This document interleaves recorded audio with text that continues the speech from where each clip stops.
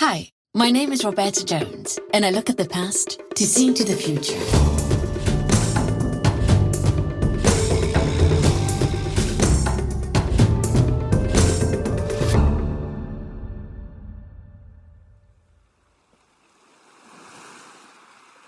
Out in the middle of the wine-dark sea, there is a land called Crete, a rich and lovely land washed by the sea on every side.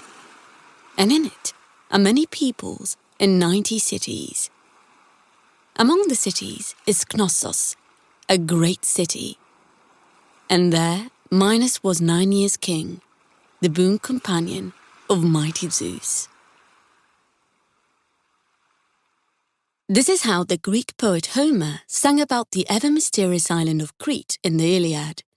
And it would have surely sparked so much curiosity among archaeologists and explorers that in 1899, British archaeologist Sir Arthur Evans set off for Crete to find the remains of that prosperous civilization that Homer sang of. And I bet he would have never imagined he would be the one to give the name to an entire civilization. He revealed the ruins of a wonderful palace on the northern coast of Crete that predated the Mycenaeans and was built by an incredibly advanced and still mysterious civilization that he baptized the Minoans. This palace is now known as the Palace of Knossos, a gigantic intertwining masterpiece of art and engineering made up of 1,300 rooms connected by labyrinthine corridors that covered around 14,000 square meters, basically the size of more than 2 football fields. The palace had large courts, colonnades, staircases, religious crypts, light wells, extensive drainage systems, including possibly the first ever flushing toilet, large storage rooms in which precious pottery and votive statuettes were found, and even theatre areas for public spectacles or religious processions. The excavations show 2 phases of the construction of the palace. The palace was initially constructed around 2000 BCE, and following destructive earthquakes and fires, it was rebuilt in 17,000 BCE. The second palace survived until its final destruction between 15,000 and 13,000 BCE, once again by either an earthquake, a fire, or possibly an invasion, or a combination of all 3. Even if the palace was perhaps slightly over-renovated by Evans and his team, if you go and visit the palace today, you can still admire the colourful colonnades, some of the frescoes, and even the throne room, a room containing what is considered to be the oldest throne in Europe. Now, this discovery led Evans to speculate that the palace had been governed by a king, and so he decided to call the civilization that built the palace the Minoans, after the mythical king Minos. According to the legend, Minos was the famous king of Crete, who every year sacrificed 7 boys and 7 girls summoned from Athens to the half-man, half-bull Minotaur, who, believe it or not, was his stepson and lived in a labyrinth. Now, you might be wondering, how did the king of Crete end up having a half-man, half-bull stepson? Well, it all started with Zeus, as always, who fell in love with Europa, daughter of the king of Phoenicia. And so to hide the affair from Hera, his jealous wife, he transformed himself into a handsome white bull and brought Europa to Crete. And there, under a plane tree, he ravished her and promised her that her name would live forever and would name the continent to the north. From this rather unusual encounter, Minos was born and seems to have been destined to have complicated relationships with bulls. In fact, Minos wanted prosperity for his kingdom, so he promised Poseidon that if he sent him a strong and powerful bull, he'd sacrifice it. So the bull ascended from the abyss, but it was so beautiful that Minos decided to not sacrifice it, and instead he put the pretty bull in his stables and sacrificed another less pretty bull. This made, of course, Poseidon mad, so he put a curse on Pasiphae, Minos' wife, so that she would fall madly in love with the white, pretty bull. So Pasiphae started to develop feelings for this bull, but she knew that she couldn't just, make love with the bull in the open air, So she had Daedalus, an Athenian architect, make her a wooden fake bull so she could climb inside it and mate with the beloved bull without, of course, creating too much suspicion.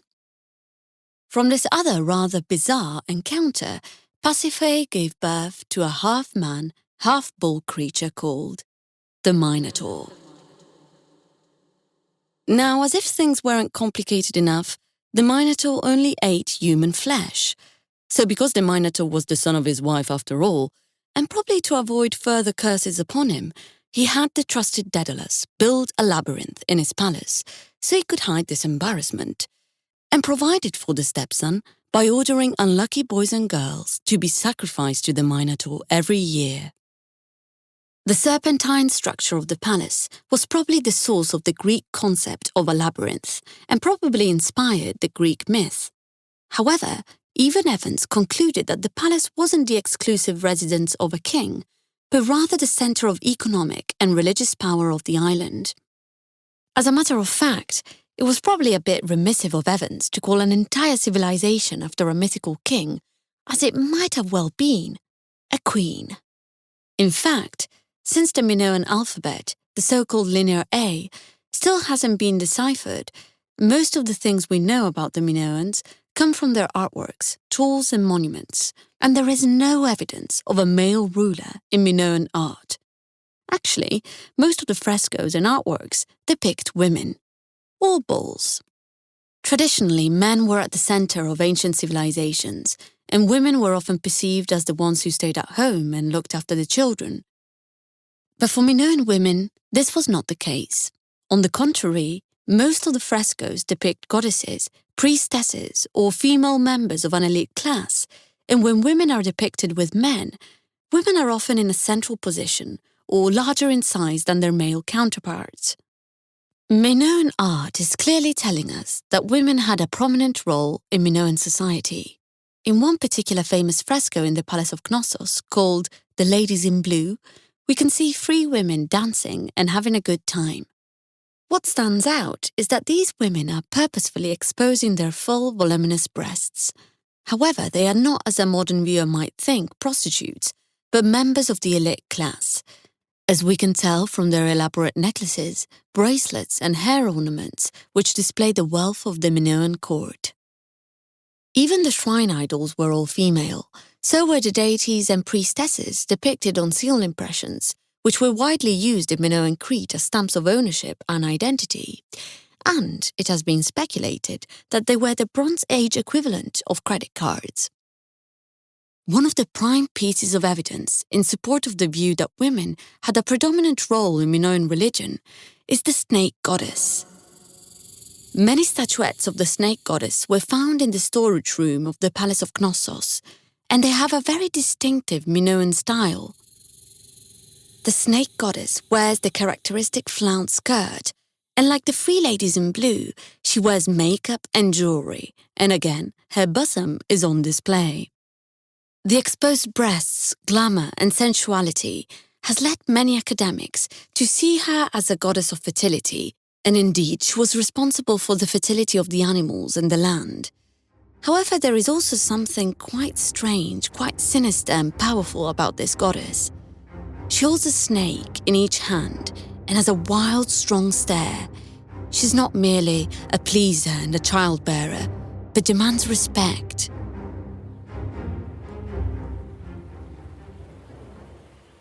On Minoan Crete, a fertility deity would presumably be invoked to ensure abundant crops or the plentiful production of lambs and kids among the herds of sheep and goats.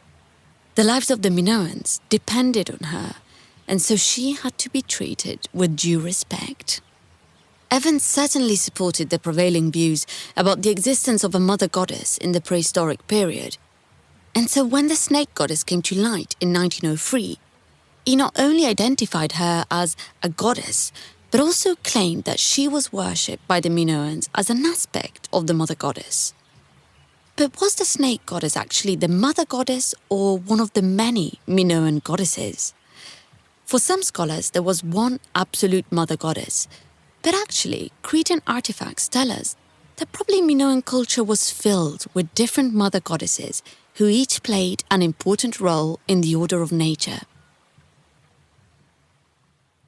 It is clear that the Minoan civilization was incredibly advanced for its time.